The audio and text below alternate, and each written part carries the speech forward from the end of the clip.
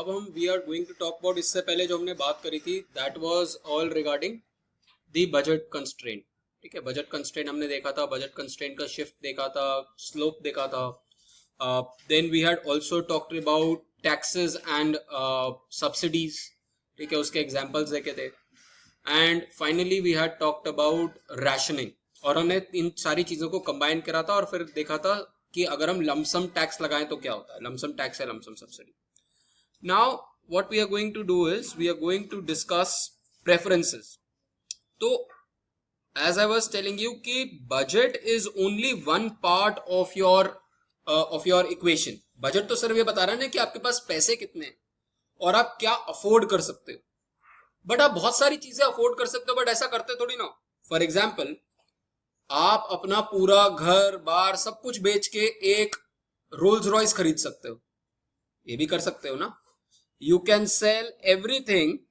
Suppose मैं आपको कहूं कि आप अपना घर बेच दो, क्या कहते हैं, घर के सारे गैजेट्स बेच दो, सब कुछ कर दो और एक मर्सिडीज या BMW खरीद लो बहुत बड़ी. Will you do it? कोई करेगा ऐसा? तो विच मीन्स कि it is a possibility but you will not do it. तो ये तो है हमारे पास पॉसिबल ऑप्शंस. ये तो हमें बता रहा है कि आप क्या क्या खरीद सकते हो. Budget line is basically telling you what all are the feasible options, जिसको हम बोलते हैं. बट आउट ऑफ दैट आप एक्चुअली में करते क्या हो वो आपकी प्रेफरेंसेस पे डिपेंड करता है. जहां पर आपके अब यूटिलिटी फंक्शन आ जाता है. अब ये यूटिलिटी जो फंक्शन होता है, this is of prime importance because this is one part of the equation. Utility function and budget दोनों मिल के आपका डिसाइड करते हैं कि आपका इक्विलिब्रियम कहां पर आएगा, आप क्या चूज कर रहे हो. और हर इंसान की यूटिलिटी अलग हो सकती है, हर इंसान की प्रेफरेंसेस अलग हो सकती है. आपकी प्रेफरेंसेस हो सकता है सैमसंग की फोन की हो, मेरी प्रेफरेंसेस हो सकता है एप्पल की फोन की हो, किसी और की प्रेफरेंसेस हो सकता है माइक्रोमैक्स की फोन की हो. तो preferences can change among different people. तो सबसे इंपॉर्टेंट एस्पेक्ट है यहां पर कि आपको प्रेफरेंसेस रीड करनी आनी चाहिए. अलग अलग तरीके के प्रेफरेंसेस फंक्शन, अलग अलग तरीके के यूटिलिटी फंक्शंस आपको पता होने चाहिए कैसे होते हैं, उसका डायग्राम कैसे बनेगा. तो एक जो आपको अपने एंट्रेंसेस के लिए काम करना है. So again as I told you कि my focus is more on your entrances rather than on your graduation. So एक जो चीज आपको करनी है वो आपको करनी है कि डिफरेंट टाइप्स ऑफ प्रेफरेंसेस. और जिनके पास मैथ्स ऑप्शन है उनके लिए थोड़ा ज्यादा आसान है क्योंकि वो मैथमेटिकली प्लॉट कर सकते हैं प्रेफरेंसेस. फॉर एग्जाम्पल, अगर मैं प्रेफरेंस लेता हूं u is equal to x into y, किस तरीके का इक्वेशन है ये mathematically? What kind of equation is this? Maths किस किस के पास है? अरे और भी लोगों के पास है math, I know. u is equal to x into five किस तरीके का मैथमेटिकल फंक्शन है? लीनियर में प्लस या माइनस तो होगा. This is a rectangular hyperbola. फिर u is equal to x plus y, this is a linear क्या कहते हैं function. It could be u is equal to minimum of x comma y. यहां पर दो कमोडिटीज हैं x कॉमा वाई. मुझे जो यूटिलिटी मिल रही है वो x कॉमा वाई में से जो कम है उससे मिल रही है. It could be utility of max of x comma y. तो बेसिकली देखो मैं करना की कोशिश कर रहा हूं, मैं देखना चाह रहा हूं कि अगर मेरे पास दो, इससे पहले हम क्या कर रहे थे, हम कह रहे थे कि हमारे पास दो कमोडिटी हम चूज करना, हम देखना चाह रहे हैं कि हम कितना अफोर्ड कर सकते हैं कौन सा. ये हम बजट कंस्ट्रेंट में बात कर रहे थे. यहां पर बात कर रहा हूं कि मुझे यूटिलिटी मिल रही है और टू गुड वर्ल्ड में हूं. टू गुड वर्ल्ड में अगर मुझे यूटिलिटी मिल रही है तो मुझे यूटिलिटी किस तरीके से मिल रही है हम ये डिसाइड करना चाह रहे हैं. किस कॉम्बिनेशन में मिल रही है. अलग अलग मैथमेटिकल, अलग अलग लाइफ की हर एक्सप्रेशन को मैथमेटिकली पुट किया जा सकता है. सो जैसे फॉर एग्जाम्पल, आप इंस्टाग्राम पे क्या कर रहे हो, क्या देख रहे हो, it's a mathematical equation. It's actually a mathematical equation which is telling Instagram कि आपको क्या पसंद है, आप कितने सेकंड किस पोस्ट को देखते हो, उससे उसको पता, या किस पोस्ट के साथ आप इंटरेक्ट करते हो, उससे उसको पता चल जाता है अच्छा इस इंसान का इंटरेस्ट इस चीज में, और उसी तरीके की फीड शुरू कर देता है. तो डोंट यू थिंक कि Instagram is also interested in your preferences? At times वो आपकी प्रेफरेंसेस देखता है और एट टाइम्स आपकी प्रेफरेंसेस क्रिएट भी करता है. कई बार नई चीज दिखाएगा जो आपको पसंद आएगी, फिर आप उसको देखना शुरू करो. So this is how. तो प्रेफरेंसेस तो हर चीज के अंदर आ गई, दैट मीन्स, और आप प्रेफरेंसेस के हिसाब से कंजम्पशन कर रहे हो. नाउ अब यहां पर है कि पिछले चैप्टर में हम बात कर रहे थे व्हाट कैन यू अफोर्ड. आप क्या अफोर्ड कर सकते हो. In this chapter we will be clarifying the economic concept of best things. क्या करोगे. अब the objects we call the objects of consumer choice as consumption bundle.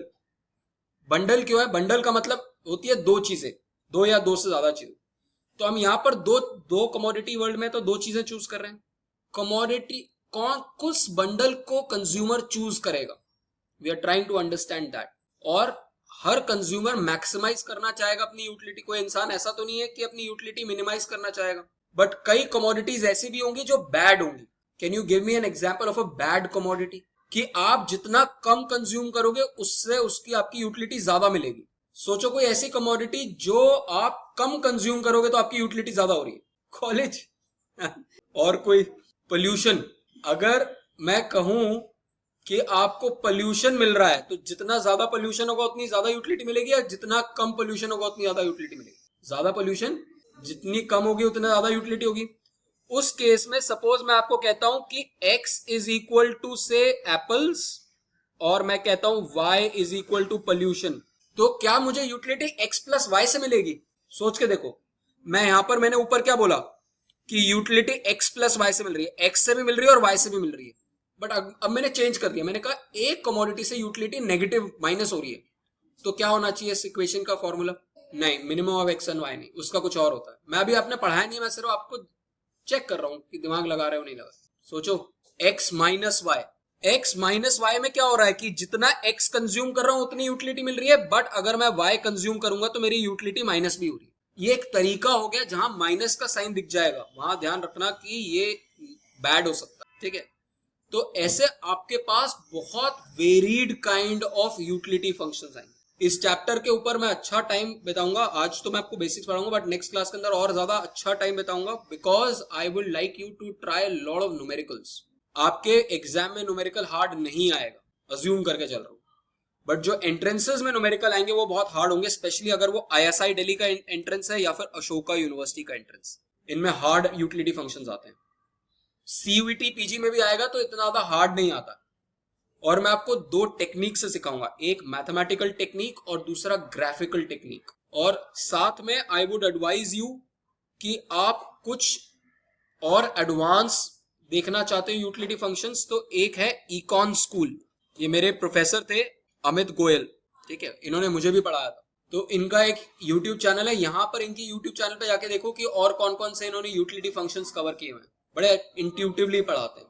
So this is how you can do this, but I will also give you a lot of examples. So you can now we'll see that we are analyzing consumer choice at its broadest level, not a complete set of goods that consumers might choose. तो इसमें हम बहुत सारे choices नहीं ले रहे. अभी हम दो goods तो अपना comparison करेंगे.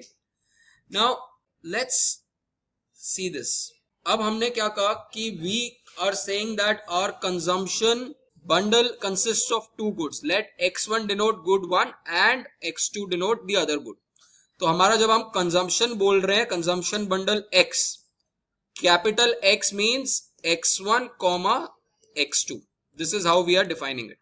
अब हम कह रहे हैं कि suppose consumer preferences. अब preferences बहुत important है, और ये प्रेफरेंसेस इसलिए भी इंपॉर्टेंट है क्योंकि आगे जाके आप एक और चीज पढ़ोगे. आपके शायद से कोर्स में वो शायद से नहीं है, बट हमारे टाइम पे होती थी something called as weak preferences and strict preferences. ये वर्ड्स तो आप पढ़ोगे, बट एक वर्क करके कुछ होता है रिवील्ड प्रेफरेंस. तो रिवील्ड प्रेफरेंस इतना ज्यादा आपके कोर्स में नहीं है, बट एंट्रेंसेस के फॉर्म में आपको पता होना चाहिए कि रिवील्ड प्रेफरेंसेस क्या है. अगर टाइम मिला तो मैं आपको रिवील्ड प्रेफरेंसेस भी पढ़ाऊंगा, जो आपके कोर्स में नहीं है, बट स्टिल आपको I am doing it because it's an important part of your economics training. अब suppose there are two bundles. अब मैं दो बंडल बोल रहा हूं. दो बंडल क्या है? एक है x1 x2 और है y1 y2. तो सपोज मैं कहता हूं दो बंडल है, एक है x1 x2 और से दूसरा मैंने बोला y1 y2. सपोज इस सेंस में हमने बोला कि this is good 1 and this is good 2. तो हम दो अलग अलग बंडल हो गए. ये हो गया x1 x2 और ये हो गया y1 y2. ना अब हम कह रहे हैं कि स्ट्रिक्ट प्रेफरेंसेस क्या होती है। स्ट्रिक्ट प्रेफरेंसेस का मतलब होता है कि अगर मैं कहता हूं कि मैं एक बंडल को स्ट्रिक्टली प्रेफर कर रहा हूं ओवर दूसरा bundle. Let's take an example. Suppose मैं कहता हूं, मैं let's say I say that I choose से 2 आलूज, टू पूरीज एंड 3 से हलवा। तो मैंने कहा 2 पूरी और 3 हलवा का जो बोल है मैं प्रेफर कर रहा हूं एज कंपेयर टू से, और इसको मैं बोल रहा हूं this is bundle X as compare to say a bundle in which I have 1 puri and 2 halwa, this is bundle Y. तो अगर मैं कह रहा हूं कि स्ट्रिक्ट प्रेफरेंसेस हैं, तो मैं कह रहा हूं कि bundle x is strictly preferred, तो इसका मतलब होता है preferred, strictly preferred to bundle Y. तो जब बंडल एक्स अवेलेबल था तो आपने वाई चूज नहीं किया। बहुत इंपॉर्टेंट, बहुत छोटी सी लाइन लग रही होगी बट इसका इंपॉर्टेंस बहुत ज्यादा है। ये कह रहा है कि जब बंडल y अवेलेबल था तब आपने y चूज ना करके x चूज किया है। That means it is strictly preferred to x is strictly preferred to y। To give you another example, suppose आप शादी करने जाते हैं, आपके पास 3 लड़कों का ऑप्शन है और आप एक लड़के को चूज कर रहे हो। That means you are saying कि you are strictly preferring that particular boy over these other 2 boys. When other 2 boys were available you choose the third one। समझ में आया? strict preferences। so this is she always chooses x1 x2 when y1 y2 was available। तुम लोगों के तुम्हारी भाषा में ही समझ आना पड़ता है कई बार। अब सपोज एक और लड़की का एग्जांपल लेते हैं। अब उसको 2 लड़के पसंद, अब वो कंफ्यूज्ड है, वो इक्वली कंफ्यूज्ड है। सपोज एक x1 एक लड़का है, एक मैं बोल देता हूं कि दिस इज x, एक पर्टिकुलर बॉय है x जिसके पास बहुत ज्यादा पैसा है बट उसके लुक्स एवरेज है। These are the attributes that this particular guy has. और दूसरा लड़का है जिसके पास पैसे कम है बट लुक्स बहुत अच्छी हैं। Which one will you prefer? Confusing choice है कि नहीं है? पहली बात, it's a very confusing choice. अब अगर ये कंफ्यूजिंग चॉइस है तो that means you are indifferent, there is no strict preference. अगर किसी की स्ट्रिक्ट प्रेफरेंस है नहीं भाई पैसा ही चाहिए, तो उसकी समझ में आ गई प्रेफरेंसेस क्या है। बट अगर आप कंफ्यूज्ड हो दोनों केस में कि क्या चूज करना है, that means you are indifferent between these 2 choices. समझ में आया? इनडिफरेंस को हम लिखते हैं इस सिंबल से, टिल्डा। दैट व्हेन आई से a consumer is indifferent between 2 bundles of goods, we use the symbol tilde to write x1 x2 indifferent to y1 y2, कि इनमें से कोई भी चूज कर सकते हो, आपको सेम यूटिलिटी मिलेगी। समझ में आया? अरे समझ में आया कि नहीं आया? ठीक है। नाउ तो ये हो गया इंडिफरेंस, ये हो गया स्ट्रिक्ट प्रेफरेंसेस। और तीसरा is weak preferences. Weak preferences is कि आप कहते हो कि she weekly prefers x1 x2 to y1 y2। मतलब अगर आप कहते हो ज्यादा पैसा और okay looks, more money and okay looks is greater than equal to, देखो सबसे पहले था ग्रेटर देन, 100% आप चूज कर रहे हो। दूसरे में इनडिफरेंट हो, आपको पता ही नहीं है, आपको कॉइन टॉस करना है। तीसरे में आप कह रहे हो this is greater than equal to, आ गया यहां पर मनी, लेस मनी और good looks.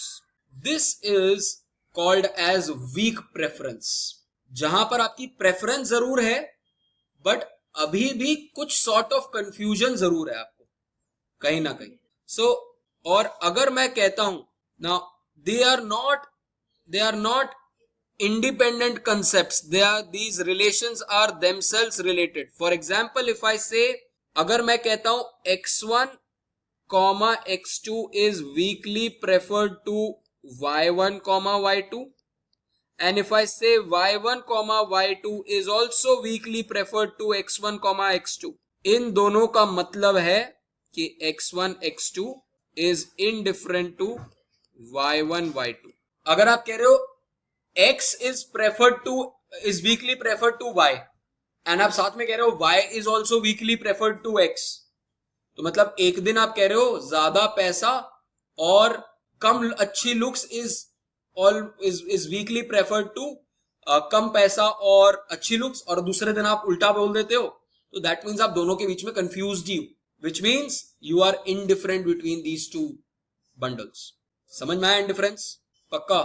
Preferences are extremely extremely important, कि आप वीकली प्रेफर्ड हो, इनडिफरेंट हो, कि आप स्ट्रांगली प्रेफर्ड हो। Now comes assumptions about preferences. Now, अब assumptions about preferences क्या है? There are certain consistencies that we seek to have in consumer preference. हम क्या बोलते हैं कि इंसान एक रैशनल इंसान है। इंसान एक रैशनल इंसान कैसे? कि अगर मैं कहता हूं कि एक आदमी के पास, मुझे सपोज मनी पसंद है, मैं कहता हूं कि ए के पास ज्यादा पैसा है बी से, और बी के पास सी से ज्यादा पैसा है, तो आइडियली क्या होना चाहिए कि मुझे ए को चूज करना चाहिए सी के ऊपर। अगर मैं कह रहा हूं ए है, मेरी preferences for money, for marriage, A has more money than B, B has more money than C, then ideally if given a choice between A and C, I should always choose A. So हम economics में कई बार consistency चाहते हैं, without consistency तो कोई rational equilibrium हम निकाल ही नहीं सकते ना। अगर आप इसमें C चूज कर लोगे, मेरा दिल कर रहा है, तो फिर जब दिल कर रहा है तो फिर तो कोई बात ही नहीं हुई ना, फिर तो हम प्रेफरेंसेस क्या बना के करेंगे। तो यहां पर मन मर्जी नहीं चलती है, हम कहते हैं कि हम हर इंसान को रैशनल लेके चलेंगे और प्रेफरेंसेस को रैशनली इवैल्यूएट करेंगे। सो जैसे मैंने बताया कि it seems unreasonable not to say contradictory to have a situation where x1 x2 is preferred to y1 y2 and then y1 y2 is preferred to x1 x2। तो this will, तो अब आप पहले कह रहे हो कि x bundle is preferred to y और दूसरे दिन कह रहे हो y bundle is preferred to x, तो ये तो इनकंसिस्टेंसी हो गई। तो there are 3 axioms that we try to have preferences में। अब 3 यूनिवर्सल ट्रूथ लेके चलते हैं हम कि ये 3 ट्रूथ तो होंगे ही होंगे।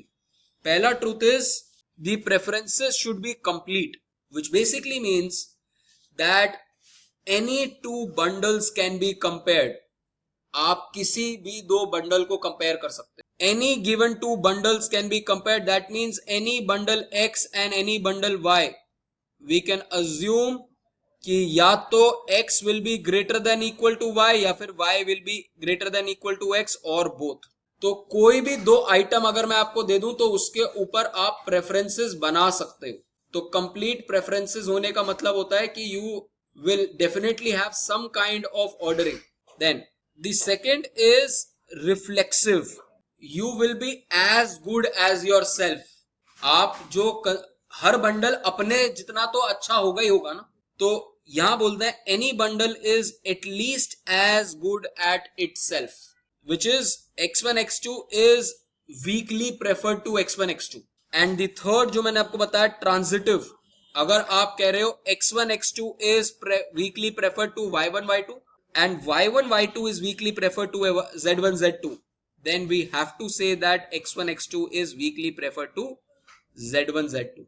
तो ये 3 प्रेफरेंसेस जो है ये चलेंगी चलेंगे। नाउ इसके बाद कम्स इनडिफरेंस कर्व्स। अब ये इनडिफरेंस कर्व्स किस तरीके से बनते हैं, ये आपने इनडिफरेंस कर्व्स पढ़ा हुआ है ना। Let me just give you a break of 2 minutes, मुझे एक काम करना। अब we are talking about indifference curve. Indifference curve आपने पहले भी पढ़े थे सबने। क्या बताता है इनडिफरेंस कर्व? अरे क्या बताता है इनडिफरेंस? किस चीज के? Raw material? सिर्फ ये बताता? अरे और भी कुछ बताता है। एक इनडिफरेंस कर्व क्या बता रहा है? तो वो तो स्लोप बताएगा। इनडिफरेंस कर्व का जो बोल रहे हो कि एक गुड को कंज्यूम करने के लिए दूसरा कितना सैक्रिफाइस करना पड़ेगा, तो तुम तो डिमिनिशिंग एमआरएस बता रहे हो। बेसिक डेफिनेशन भाई, combination of 2 goods which give the consumer same level of satisfaction. अरे utility indifference curve is linked to the concept of utility ना। जब मैं इंडिफरेंस कर्व बनाता हूं तो मैं क्या बनाता हूं कि ये अगर एक इंडिफरेंस कर्व है तो ये U1 लेवल ऑफ यूटिलिटी दे रहा है, यही बता रहा है ना। तो वो मुझे बता रहा है those combinations of x1 x2 जो मुझे सेम लेवल इस पे all 3 points are giving me same level of utility. याद है? अरे याद है कि नहीं याद है? So it maps, what indifference curve does is it maps x and y to utility. Mapping करता है. तो it maps R2 to R1 mathematically. ये दो स्पेस में है ना, real number into real number, यही होगा, को मैप कर रहा है इनटू R के स्पेस के अंदर. सो यूटिलिटी फंक्शन क्या कह रहा है कि दो गुड्स कंज्यूम कर रहे हो, उसके कंबाइन करके मैं एक मैजिकल नंबर दे रहा हूं जो मुझे बता रहा है कि इतनी यूटिलिटी दे रहा है. सो अब however we find that a convenient way to describe preferences graphically by using a construction known as indifference curve. So अब हमने यहाँ क्या करा, यहाँ पर हमने बोला कि ये गुड 1 है और ये गुड 2 है. तो दिस इज बेसिकली, ये जितने भी बंडल इसके यहाँ पर हैं, these are weakly preferred sets to x1 x2. all these bundles, suppose यहाँ पर एक बंडल लेता हूं, say y1 y2. this y1 y2 is weakly preferred to x1 x2. और along this indifference curve all the, suppose मैं यहां पर लेता हूं एक y1 y2, तो this y1 y2 is indifferent to x1 x2, क्योंकि एक इंडिफरेंस कर्व पे यूटिलिटी आपको सेम ही मिल रही है. ये समझ में आ गया? along utility curve is indifference curve is defined by a way कि along एक indifference curve आपको सारे points equal utility दे रहे हैं. But anything to the northeast of this is going to give me probably a higher utility, इसलिए that will be weakly preferred. Now let's talk about this. So let's pick a consumption bundle x1 x2 and shade all the bundles that are weakly preferred to x1 x2. This is called as a weakly preferred set. The bundles on the boundary of this set, the bundles for which the consumer just is indifferent to x1 x2 form the indifference curve.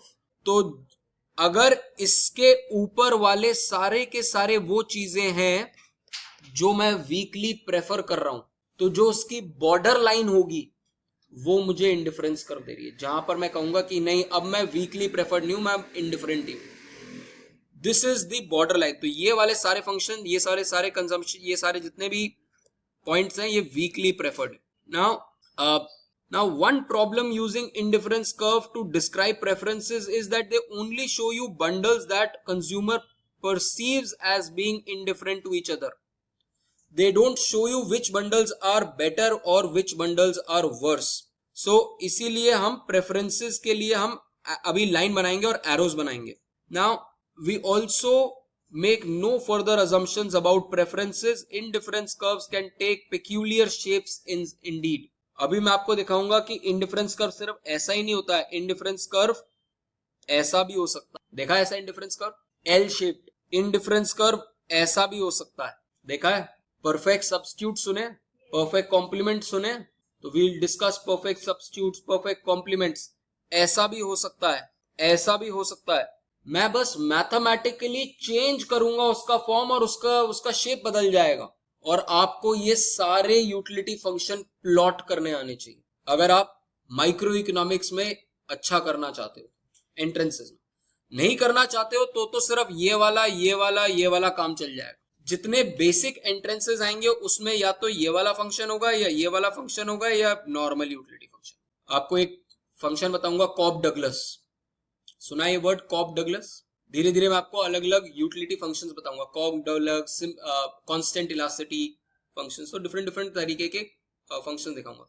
Corp Douglas दुनिया का सबसे popular utility function, और ऐसे ही production functions भी ऐसे ही होते हैं. सो अब even if there is some level of generality, we cannot state an important principle about indifference curve. Indifference curve represent distinct level of preferences cannot cross. तो एक indifference curve दूसरे इंडिफरेंस कर्व से cross नहीं कर सकता. ये तो हम क्लास 11 12 में ही पढ़ा देते हैं. दिस इज अ कार्डिनल सिन.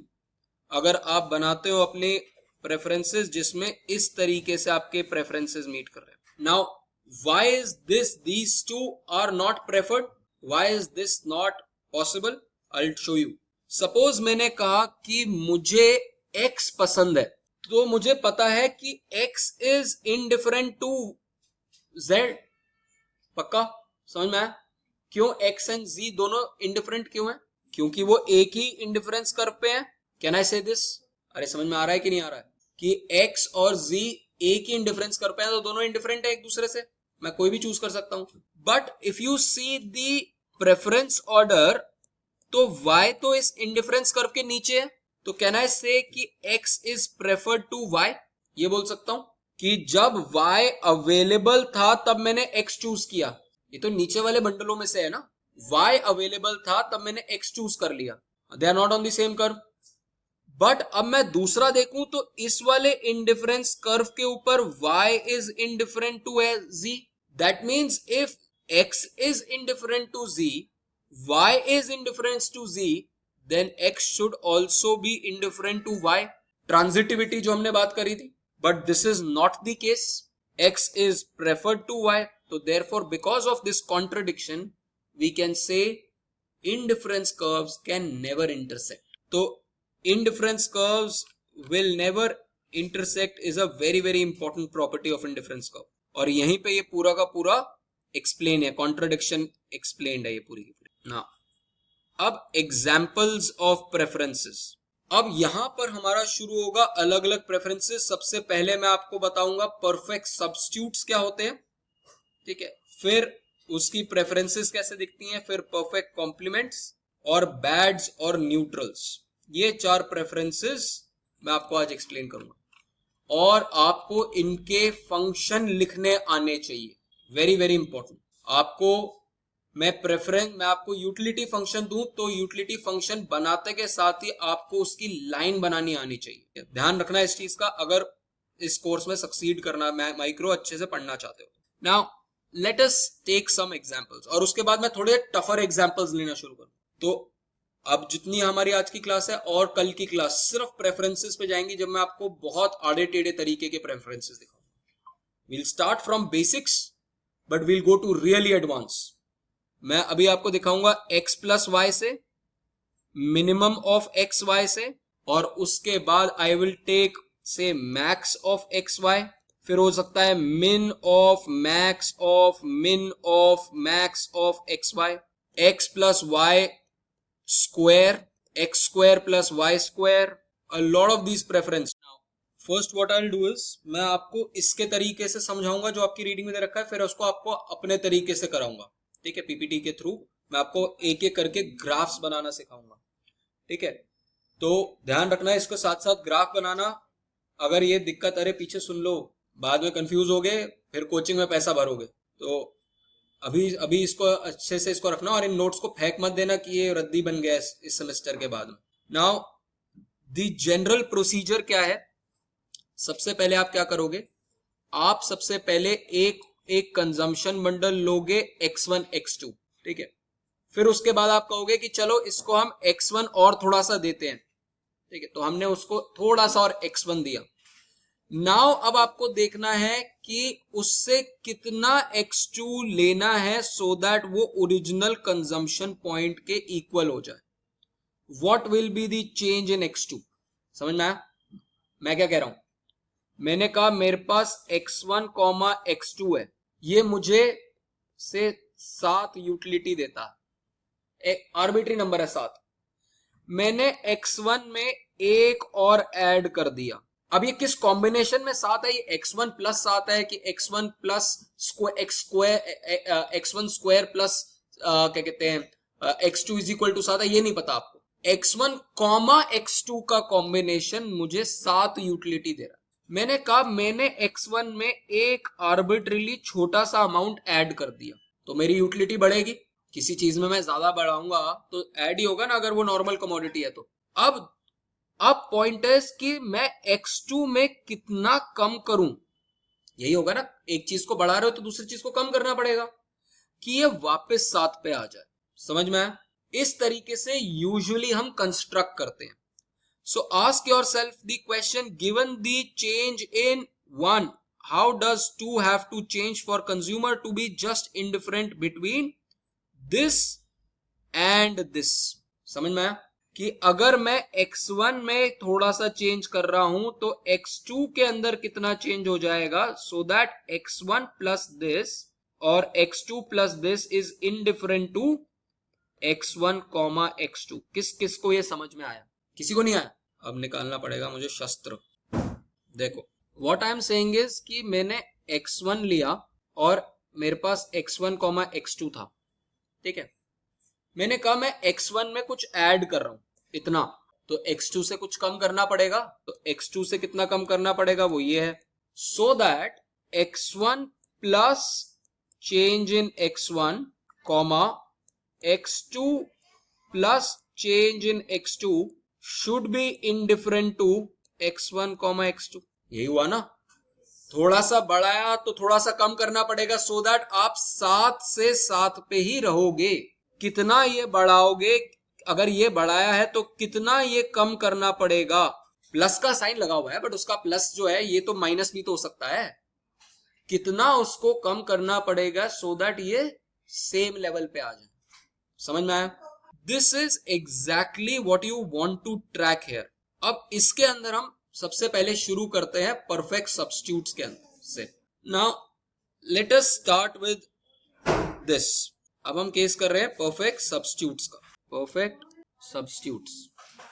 अब परफेक्ट सब्स्टिट्यूट्स का क्या केस है ना? अगर थिंक ऑफ इट कि if you care about the total, suppose 2 goods अगर परफेक्ट सब्स्टिट्यूट्स है तो you only care about the total amount, not about कि उसके किस कॉम्बिनेशन से मिल रहा है. ध्यान से सोचो क्या बोल रहा हूं. मैं सपोज कहता हूं आपको मैं 1 रुपया दे रहा हूं, या फिर मैं आपको बोलता हूं 100 पैसे दे रहा हूं. डू यू रियली केयर कि मैं पैसे दे रहा हूं कि रुपए दे रहा हूं? Do you care? मैं आपको कह रहा हूं कि मैं 1 रुपया दे रहा हूं, या फिर मैं बोलूं, या मैं आपको बोलूं या तो मैं आपको 85 रुपीज दे रहा हूं, या बोलूं $1 दे रहा हूं.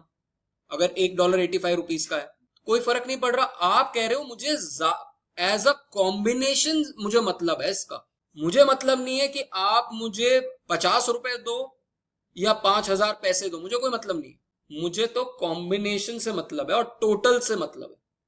सो when it comes to substitute, perfect substitutes, we are concerned with the total amount. सबसे पहली चीज, या फिर total points that they give, या फिर मैं कह सकता हूं the total utility that they give. We do not care about the mix. Very very important point. बहुत सारे टीचर इस चीज को बताते ही नहीं है. We do not care about mix of x1 x2. So अब let's take a utility function. ये किस तरीके से होता है? अब एक फंक्शन लेते हैं कि how does the utility function look like. Perfect substitutes का जो यूटिलिटी फंक्शन है, पहली बात तो लिखेंगे u x, y. मैं x, y ले रहा हूं, आप बाद में आके x1 x2 भी लिख सकते हो. मुझे x, y ज्यादा पसंद है. x, y से मुझे यूटिलिटी मिल रही है, और कैसे मिल रही है? ax plus by, where a का क्या मतलब है? x का एक यूनिट मुझे a यूटिलिटी दे रहा है. अगर मैंने x से बोला कि x इज एप्पल्स, सपोज मैंने बोला x is apples and y is oranges, then एक x मुझे a यूटिलिटी, एक एप्पल मुझे a यूटिलिटी देता है. समझ में आया? अगर मैं x को 1 कर दूं और y को 0 कर दूं तो मुझे कितनी यूटिलिटी मिल जाएगी? समझ में आया? अगर मुझे y 0 मिल गया, मेरे पास ऑरेंजेस है ही नहीं और मेरे पास एक ही एप्पल है, तो मेरा a यूटिलिटी मिल गई. मतलब हर एक एप्पल मुझे a यूटिलिटी देता है. So each Apple in this particular case x gives me a utility. And similarly, how much does each y give me, each orange? How much will each orange give me utility? अरे बताओ भाई. b utility देगा. x को 0 कर दो तो हर एक orange मुझे b यूटिलिटी देगा. each orange gives b utility. Now the concept is कि अब मुझे देखना है इनका something called as MRS. MRS पढ़ा है, मार्जिनल रेट ऑफ सब्स्टिट्यूशन। अगर मैं एक और एक्स बढ़ाता हूं तो मुझे कितना y कम करना पड़ेगा कि मुझे सेम लेवल ऑफ यूटिलिटी पे आए, मैं रहूं। यही है, समझ में आया? अगर मैं कहता हूं, इसी एग्जाम्पल को देखो, u is equal to x y a x plus b y. मैंने कहा कि मैं x को एक यूनिट से बढ़ा रहा हूं, तो मेरी यूटिलिटी फंक्शन कितने से बढ़ जाएगा? What will be the change in utility? Question समझो। मैंने कहा कि मैं x को एक यूनिट से बढ़ा रहा हूं, सिर्फ x चेंज कर रहा हूं, तो मेरी यूटिलिटी में क्या चेंज आएगा? What will be the change in utility if I change 1x? सिर्फ चेंज पूछ रहा हूं आपसे, बहुत सिंपल सवाल है भाई। नहीं, मैंने एक और एप्पल दिया। सपोज मेरे पास कोई यूटिलिटी थी, 7 यूटिलिटी मिल रही थी। अब मैंने कहा कि मैं एक और आपको एप्पल दे रहा हूं, आपकी यूटिलिटी कितने से बढ़ेगी? ए से। अरे ये बढ़ रहा है ना, सिर्फ ए इंटू चेंज इन एक्स बढ़ रहा है ना, वाई तो चेंज हो ही नहीं रहा है, तो मेरी यूटिलिटी कितने से बढ़ेगी? ए से। Now my question to you is कि आपको वापस उसको सेम लेवल पे लेके जाना है, यही होना है। हमने क्या बोला था, यूटिलिटी फंक्शन कैसे बनाओगे? मैं y को उतना चेंज करूंगा कि आपकी यूटिलिटी सेम हो जाए। अब मुझे बताओ what should be the change in y so that मेरी यूटिलिटी वापस उतने से गिर जाए। अरे b और a तो अलग अलग है ना, सोचो, दिमाग लगाओ। -1 से अगर करोगे तो क्या होगा? -1 से होते के साथ ही एक y कम करा तो आपकी यूटिलिटी तो -b हो जाएगी ना। आप a प्लस कर रहे थे और अब -b कर रहे हो, सेम का हुआ। a और b तो अलग अलग हो सकते हैं। सपोज मैं कहता हूं, आप दिमाग लगाओ, सपोज मैं कहता हूं, स्पेशली नॉन मैथ्स वालों के लिए, सपोज मैं कहता हूं कि y is changing bye -a/b। अब दिमाग लगाओ, y कितने से चेंज हुआ? -a/b से। तो x कितने से चेंज हुआ था? a से। a इंटू 1 से चेंज हुआ था। b कितने से? अब y कितने से चेंज हुआ? b इंटू -a/b कट गया, और a माइनस a हो गया 0, चेंज इन यूटिलिटी हो गया 0। समझ में आया? ये बिल्कुल नॉन मैथमेटिकल तरीका है इसको समझने का, और यही इसीलिए MRS जो होगा -a/b होगा। कि MRS का मतलब क्या होता है? MRS is marginal rate of substitution of x for y. That if I change x by 1 unit, what will be the change that I want to have in y so that my utility is same? यही होता है marginal rate of substitution. The rate at which I can substitute x for y. अब इसको mathematically भी कैसे कर सकते हो? So this is your willingness to trade y for x भी आप बोल सकते हो। So if you see this, इसका एक फंक्शन होता है कि आप क्या करोगे? आपका फंक्शन था, यूटिलिटी फंक्शन था u is equal to ax minus by b। अब आप एक काम कर सकते हो, इसके अंदर इसको आप ले सकते हो, this is MRS xy is equal to change in u upon change in x upon change in u upon change in y, which is marginal utility of x upon marginal utility of y। ये पढ़ा हुआ है, ये तो micro में पढ़ा होगा, सबने पढ़ा है या नहीं पढ़ा? इसका मैं आपको मैथमेटिकल डेरिवेशन भी बता देता हूं कि मैथमेटिकली कैसे आता है। यूटिलिटी फंक्शन जो है वो क्या है?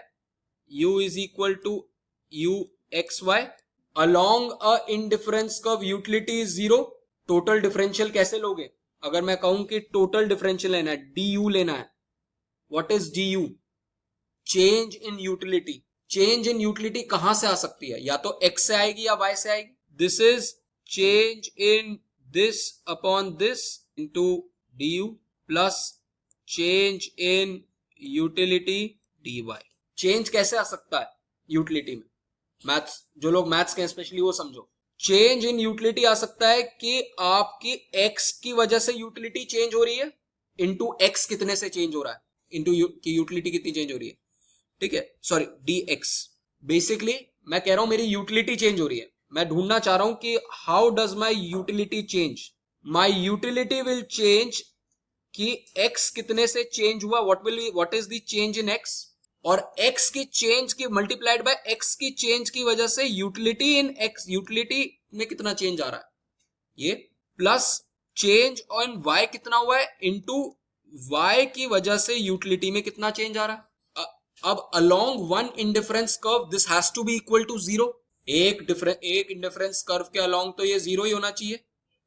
तो y वाली टर्म को एक तरफ ले जाओ और x वाली टर्म को एक तरफ ले जाओ।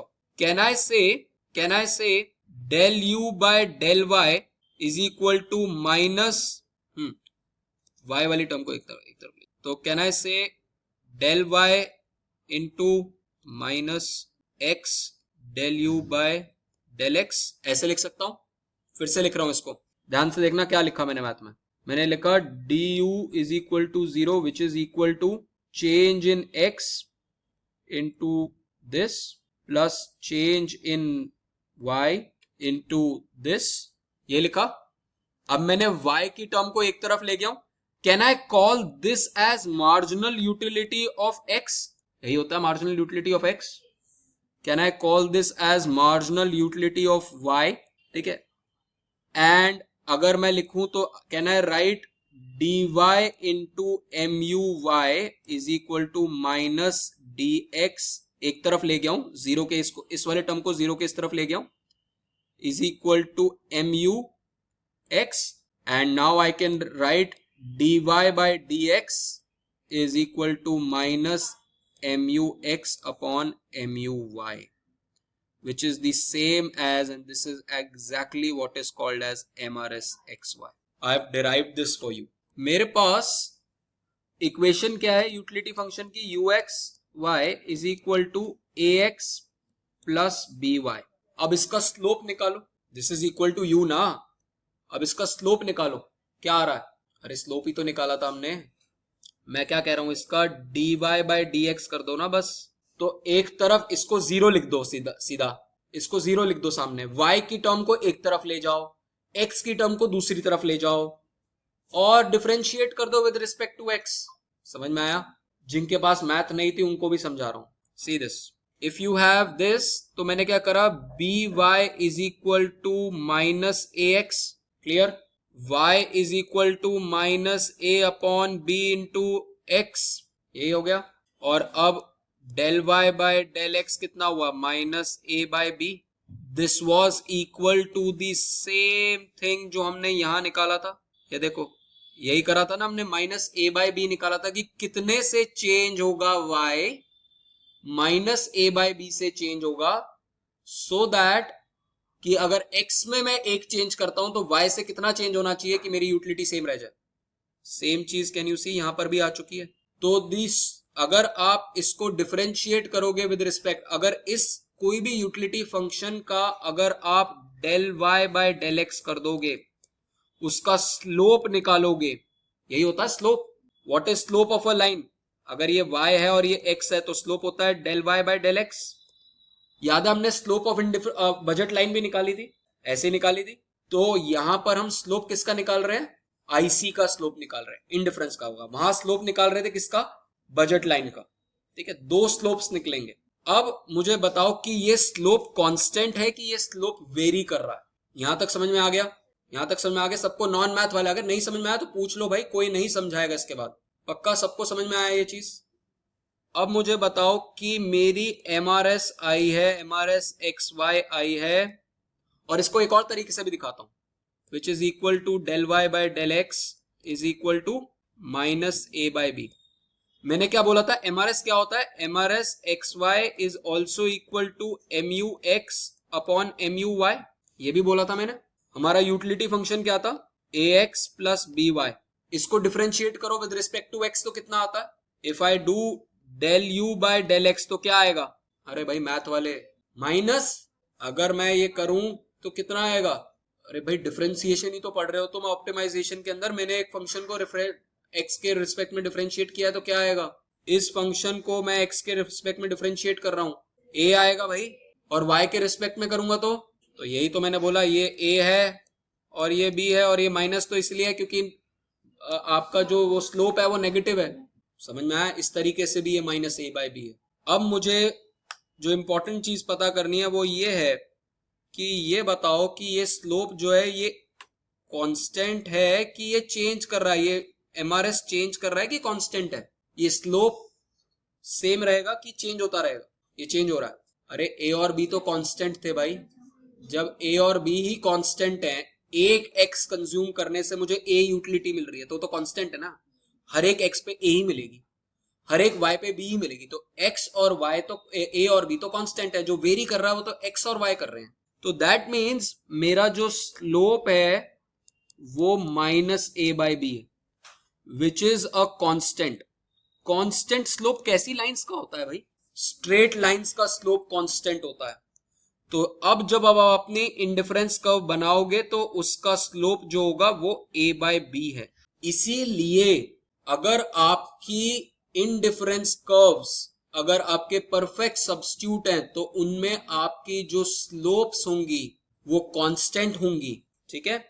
और दूसरी चीज वो उसकी स्लोप मतलब ये लीनियर लाइंस होंगी। अब सिर्फ इसकी स्लोप चेंज हो सकती है, ऐसी हो सकती है, ऐसी हो सकती है, ऐसी हो सकती है, डिपेंडिंग ऑन ए कितना और बी कितना है। If a is equal to b तो स्लोप क्या हो गई? If a is equal to b तो स्लोप क्या हो गई? 1 हो गई। तब स्लोप उस केस में स्लोप 1 हो गई। अब निकालो, बनाओगे कैसे इसको कि जब आप यूटिलिटी कैसे बनाओगे, ध्यान रखना इसको, इसके फंक्शंस कैसे बनाओगे, हाउ टू ड्रॉ। आपको अगर मैं बोलता हूं say let's take the case, suppose मैं आपको बोलता हूं कि a is equal to 1, b is equal to 2 and utility जो है आपकी 6 है। Now give me the slope of this line and give me the intercept of this particular indifference curve. पहले तो इस इंडिफरेंस कर्व की इक्वेशन लिखो मेरे लिए, समझ में आया? My indifference curve was a x plus b Y, ये थी। This is equal to you is equal to 1 into X plus 2 into Y is equal to 6 बोल दिया मैंने। तो अब मैं क्या कह सकता हूं, अगर मुझे ये पॉइंट चाहिए तो मैं किसको 0 डालूं? y को 0 डालूंगा तो x आ गया मेरे पास 6 और x को 0 डालूंगा तो y आ गया 3। समझ में आया? इस स्लोप की ऐसी ये जो है ये मेरा इंडिफरेंस कर्व हो गया। अब ध्यान रखना आगे जाके जब हम बात करेंगे तो आपका जो सोल्यूशन आएगा, अभी मैंने बजट लाइन आपको दिखाई नहीं है इसकी, जब मैं बाद में आपको सोल्यूशंस दिखाऊंगा इसके, जब इक्विलिब्रियम दिखाऊंगा, यूजुअली बोल रहा हूं, हो सकता है कि ऐसा ना भी हो, यूजुअली परफेक्ट सब्स्टिट्यूट्स के केस में कॉर्नर सोल्यूशन निकल के आता। सिर्फ अभी बता रहा हूं, आगे जाके देखेंगे, बट यूजुअली सॉल्यूशंस ऐसे वाले निकल के आते हैं, या तो ये सॉल्यूशन होता है या ये सॉल्यूशन। आगे जाके देखेंगे कि ये ऐसे सॉल्यूशन क्यों है। समझ में आया कि नहीं आया? पक्का परफेक्ट कॉम्प्लीमेंट अभी करना है।